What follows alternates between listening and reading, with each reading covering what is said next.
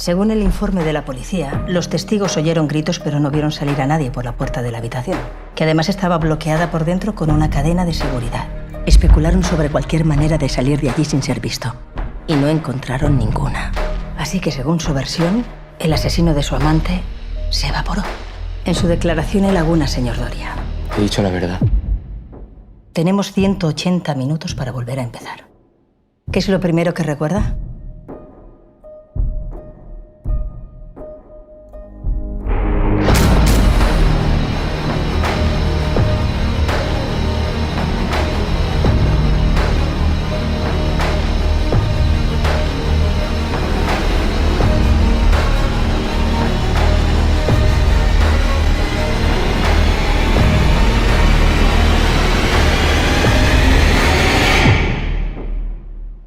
¿Qué le sugiere este puzzle? ¿Qué le sugiere a usted?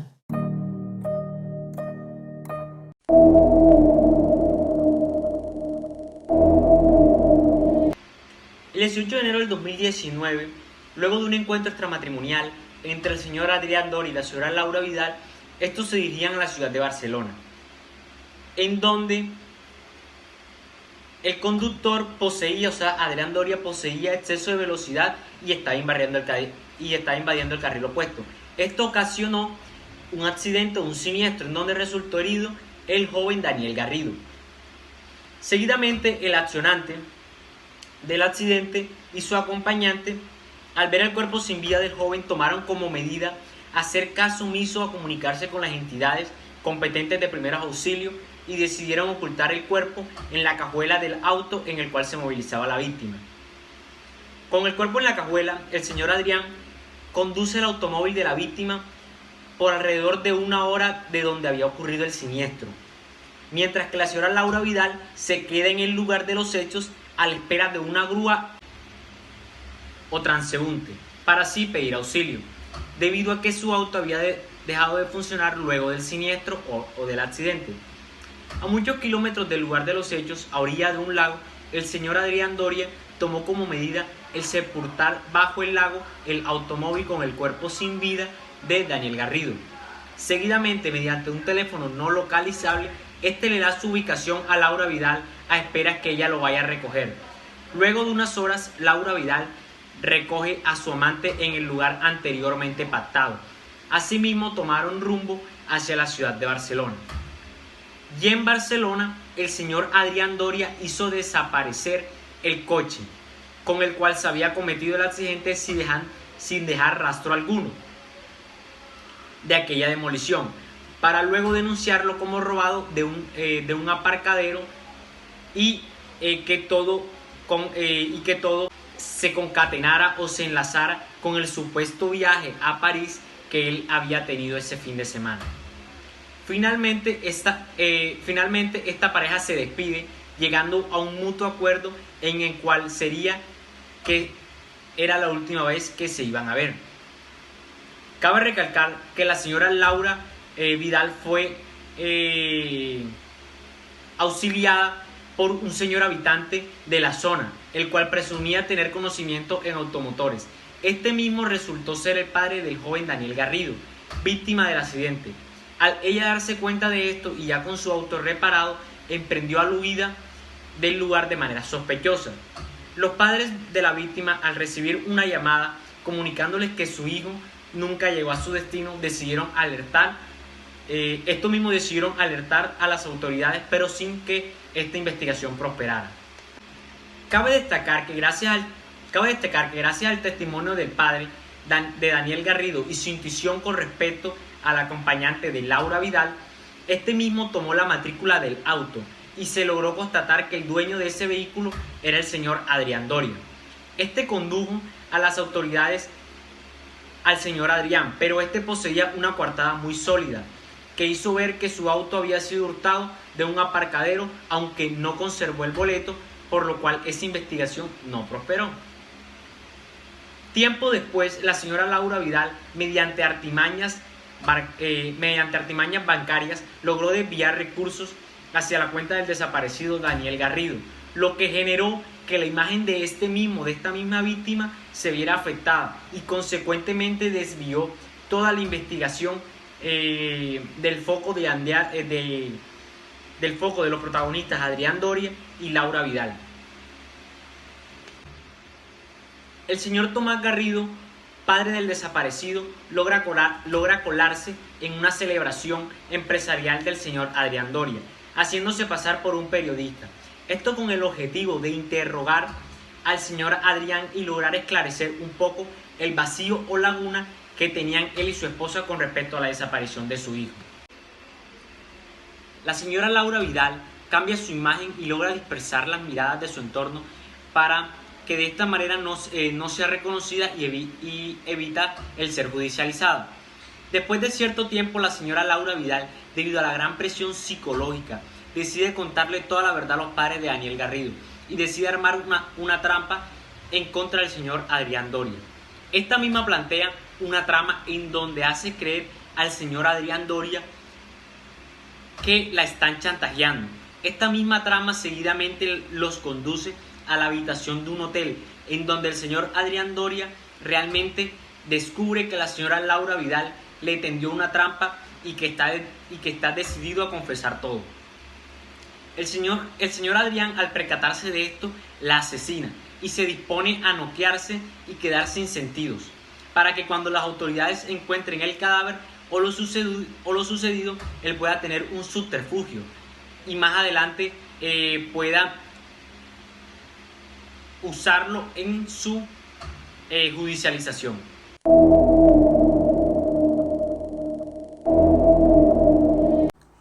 Contratiempo es una película con una trama bastante sustanciosa, llena de mucho drama, de mucho suspenso, pero sobre todo de muchos delitos.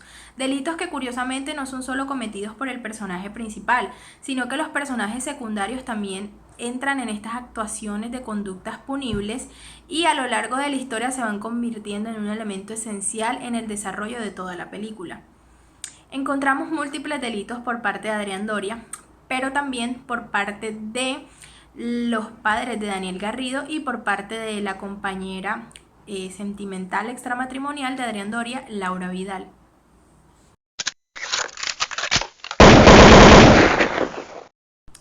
El primer delito que se le podría imputar al señor Adrián Doria es el de homicidio. El homicidio se encuentra tipificado en el artículo 103 del Código Penal y fue cometido en contra de la señorita Laura Vidal. Este artículo nos dice que el que matare a otro incurrirá en prisión de 208 a 450 meses. Este homicidio también fue cometido con un agravante.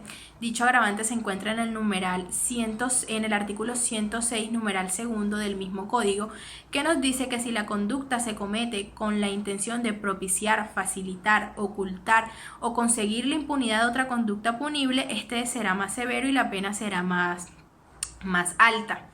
En cuanto al tipo penal de este delito, tenemos que el sujeto activo es común, puesto que cualquier persona puede cometerlo. El sujeto pasivo es común, cualquier persona puede ser víctima de este delito. El objeto material es la persona a la cual se le quita la vida y el objeto jurídico pues es el bien jurídico tutelado, que en este caso es la vida.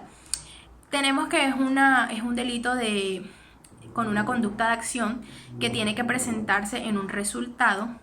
Y tenemos una modalidad específica que modifica la conducta y se podría decir también que el sujeto pasivo, que es la del agravante que les mencionamos anteriormente, puesto que Laura Vidal muere o es asesinada por querer demostrar o querer testificar contra un delito que ya había sido cometido y Adrián Doria, para conseguir el ocultamiento y la impunidad de esta conducta punible que ya habían realizado anteriormente, la mata para silenciarla. Gracias a eso se configura su homicidio. Tenemos que en el elemento subjetivo está el dolo, puesto que la persona la mató con la intención de callarla o de ocultar otro delito. No fue un homicidio culposo ni preterintencional, fue meramente doloso con la intención. La persona quería y sabía lo que estaba haciendo. El segundo delito que tenemos es el de desaparición forzada. La desaparición forzada la podemos encontrar en el artículo 165 del Código Penal y en este caso fue cometida en contra del joven Daniel Garrido. Me remito a leerles directamente el artículo. Este nos dice que el particular que someta a otra persona a privación de su libertad, cualquiera que sea la forma, seguida de su ocultamiento y de la negativa a reconocer dicha privación o dar información sobre su paradero, sustrayéndola del amparo de la ley, incurrirá en prisión de 320 a 540 meses. Esta conducta también se realizó con un agravante. Dicho agravante lo podemos encontrar en el artículo 166, numeral octavo del mismo código, y nos dice que si como producto de la desaparición forzada la víctima pierde la vida, muere o sufre lesiones físicas o psíquicas bastante graves o severas, la pena será mucho más alta, mucho más grave. En cuanto a los elementos del tipo, podemos encontrar que el sujeto activo es común, puesto que cualquier persona puede cometer este delito. El sujeto pasivo es común también, cualquier persona puede ser víctima de este delito. El objeto material es la persona que fuerzan a desaparecer, y el objeto jurídico es el bien jurídico tutelado, que en este caso es la libertad de locomoción. Tenemos que es una conducta de acción que tiene que presentarse en un resultado, y tenemos una modalidad específica que modifica, podría decirse que la conducta o el mismo delito, que es la del agravante con el numeral número octavo, puesto que Daniel Garrido pierde la vida a causa de la desaparición forzada, es decir, su homicidio viene derivado de otra conducta punible, que principalmente es la desaparición forzada. Entonces, tenemos también que en el elemento subjetivo, esta es una conducta dolosa, el sujeto activo la cometió con la intención de desaparecerlo, quizás creía que estaba muerto y no lo quería matar, pero terminó haciéndolo, así que configuran los dos tipos de delitos. El tercer delito que se le puede imputar es el de falsificación en documento privado. Este delito lo encontramos tipificado en el artículo 289 del Código Penal, el cual nos dice que el que falsifique documento privado que pueda servir como material probatorio incurrirá, si lo usa, en prisión de 16 a 108 meses. En los elementos del tipo tenemos que en los objetivos el sujeto activo es común, puesto que cualquier persona puede cometer este delito, pero el sujeto pasivo es determinado o específico. ¿Por qué? Porque la única persona que puede ser víctima de este delito se podría decir que es la justicia o el mismo Estado. Tenemos que el objeto material de este delito pues es el documento que se falsifique, y el objeto jurídico, el bien jurídico tutelado, serían los datos y la información. Tenemos también que la conducta es una conducta de acción que tiene que presentarse en un resultado, porque el mismo artículo nos dice que si la conducta no es utilizada, las pruebas no son utilizadas, esta no podrá configurarse dentro de un tipo de delito, o por lo menos dentro de este tipo de delito. Tiene que ser utilizado el documento para que éste pueda configurar una conducta punible. Adrián Doria hace falsificación de documento privado cuando quiere desviar la atención de la investigación o quiere ser desvinculado del caso, y asegura haber estado en París el día del accidente con tickets de avión falsos, reservas de hoteles falsas que fueron creadas para demostrar su inexistencia dentro del lugar de los hechos el día en que ocurrieron. Así es como Adrián Doria comete este delito en principio cuando fue vinculado al caso de Daniel Guerrero, y gracias a este consiguió la desvinculación y la desviación de la atención de la policía en cuanto a él. Por último, tenemos el delito de ocultamiento, alteración o destrucción de material probatorio consagrado en el artículo 454b del Código Penal.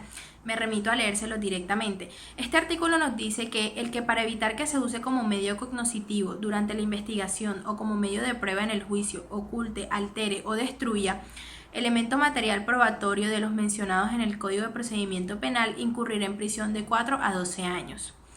Este delito no tiene aparentemente ningún agravante, así que nos remitiremos a hablar del tipo penal. En los elementos objetivos tenemos que el sujeto activo es común, puesto que cualquier persona puede cometer este delito, pero el sujeto pasivo es determinado o específico, porque la única persona que puede ser víctima de este delito es la justicia o el Estado. En consiguiente, tenemos que el objeto material de este delito son las pruebas que hayan sido destruidas, modificadas o alteradas, y el objeto jurídico es la justicia, que sería el bien jurídico tutelado, tenemos que es una conducta de acción, pero la conducta no tiene que ser confabulada en un resultado, es decir, puede ser una conducta de acción de mera conducta, valga la redundancia. Basta con la alteración o la destrucción de las pruebas para que se pueda configurar este delito. Y en el elemento subjetivo tenemos que es una conducta dolosa, no puede ser, puede que se dé que sea culposa, pero en este caso, en este delito en particular cometido por el señor Adrián Doria es doloso, porque él lo hace con la intención de destruir y obstruir el proceso o desviarlo. Adrián Doria comete este delito múltiples ocasiones a lo largo de toda la película. Cuando destruye la SIM-card con la que se comunicaba con la señorita Laura, cuando oculta debajo del lago el automóvil en el que se movilizaba el señor Daniel Garrido, cuando implanta pruebas falsas al consignar o hacer la transacción a la cuenta bancaria del joven Daniel Garrido para que se creyera que en realidad este no estaba desaparecido, sino que se había fugado, y en otras múltiples ocasiones, viendo cómo altera, cómo destruye, cómo modifica y cómo crea pruebas falsas para salir bien librado de toda la situación, para que se le desviara la investigación y para que éste pudiera ser desvinculado del mismo caso.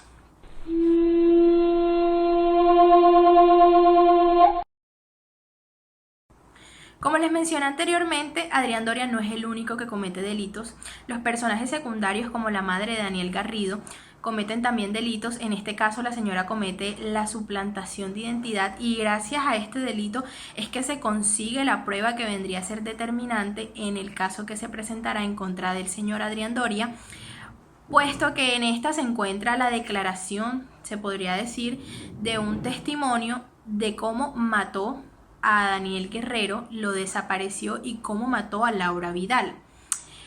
Pero mucha gente se pregunta, la película te deja con el suspenso de si la recolección o la recaudación, o más bien la obtención de la prueba madre, por decirlo así, fue obtenida de manera legal, y si de verdad podría comparecer o podría ser presentada ante el proceso y esta podría ser tenida en cuenta debido a la ilegalidad en la que se obtuvo esta prueba. Pero esto es un debate que tendremos a continuación.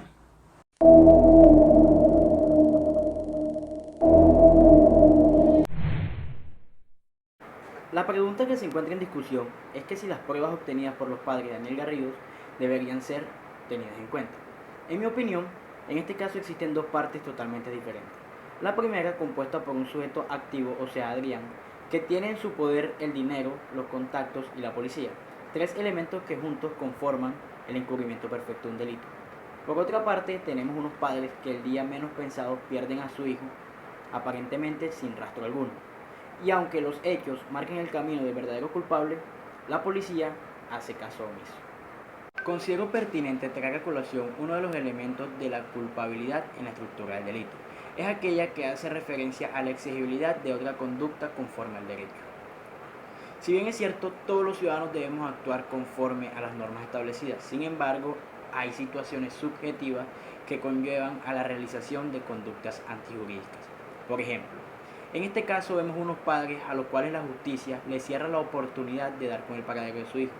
Entonces, no es preciso pensar que un padre y una madre harían todo lo posible por buscar pruebas sin tener en cuenta los medios para conseguirlas, sumándose a ello que la única testigo del homicidio culposo y del sepultamiento del cuerpo de su hijo fue asesinada y el homicida fue dejado en libertad por derecho a fianza.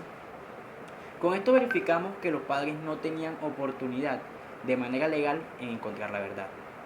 ¿Qué quiero decir con esto? Con esto quiero decir que el derecho no puede exigir un comportamiento heroico de los ciudadanos, que no se le puede quitar a un padre y a una madre el buscar y esclarecer qué pasó ese día con su hijo. Sería someterlos o exigirles a un sacrificio que ningún padre podría soportar. Asimismo, el artículo 373 del Código de Procedimiento Penal da la libertad de investigar y buscar pruebas que puedan dar solución correcta a un caso. Esto por medio de los métodos establecidos en el Código y también métodos informáticos o científicos, siempre y cuando no se vulneren los derechos fundamentales de la persona. Finalmente, y en concordancia con lo anterior, me permito apoyarme en la jurisprudencia colombiana. puntualmente en las sentencias T-008 de 1998 y la SU 159 del 2002. Estas sentencias tienen en común que en su proceso en ambas hubieron pruebas ilícitas. Sin embargo, fueron denunciadas por inconstitucionalidad al infringir el artículo 29 de la Constitución Política, el cual habla del debido proceso, y que toda prueba tiene que tener un debido proceso y si no, deberá ser excluida del caso. La Corte lo que respondió a esto es que efectivamente la prueba debe ser excluida del caso. Sin embargo, aquellas pruebas que fueron originadas por la prueba ilícita deben ser aceptadas. Estas argumentando que se trata de pruebas independientes o con un vínculo atenuado o irrelevante, o que fueron obtenidas en un acto de voluntad libre. Es decir, que en mi opinión, la prueba ilícita puede llegar a ser vinculante si da resultados. Y si nos vamos a la película y la prueba que se consiguió de manera ilícita por los padres de Daniel Garrido nos lleva al cadáver sepultado de Daniel Garrido, esta debe ser aceptada por la Corte. Mi cliente, Adrián Doria, fundamentamos la defensa argumentando que la grabación que hoy lo señalan como culpable del asesinato de Laura Vidal y Daniel Garrido es una prueba ilícita, puesto que viola y transgrede no solo normas procesales, sino también normas jurídicas o principios generales del derecho penal. Asimismo, también transgrede contra los derechos fundamentales, tales como el derecho a la intimidad establecido en el artículo 15 de la Constitución Política de Colombia y el debido proceso, el derecho al debido proceso fundamentado y decretado en el artículo 29. Al ser esto una prueba irregular, es decir, fue una prueba obtenida infringiendo la legalidad ordinaria, faltando a los requisitos establecidos en las leyes, son excluidas del proceso penal debido a su calidad de ilicitud. Por otra parte, es pertinente traer a colación el artículo 276 del Código del Procedimiento Penal, que nos plantea la legalidad del material probatorio y evidencia física. Esta legalidad depende de la diligencia en cómo se recoja, en cómo se obtenga y se haya prescrito en las leyes, en la Constitución Política y los tratados internacionales. En este orden de ideas, es conveniente mencionar que mi cliente no tenía conocimiento alguno de que estaba siendo grabado y mucho menos por la señora Ávila, puesto que ésta se hizo un gran cambio de imagen a tal punto de parecerse a la prestigiosa abogada Virginia Goodman, con quien mi cliente tenía una cita una hora después a la que fue tomada esta declaración, esta grabación que hoy se trae a juicio. Esto nos induce a que la señora Ávila cometió el delito de falsedad personal, delito decretado en el artículo 296 del Código Penal colombiano, que me permito citar. El que con fin de obtener un provecho para sí o para otro o causar daño, sustituya o suplante a una persona o se atribuya nombre, edad, estado civil o calidad que pueda tener efectos jurídicos, incurrirá en multa, siempre que la conducta lo constituya otro delito.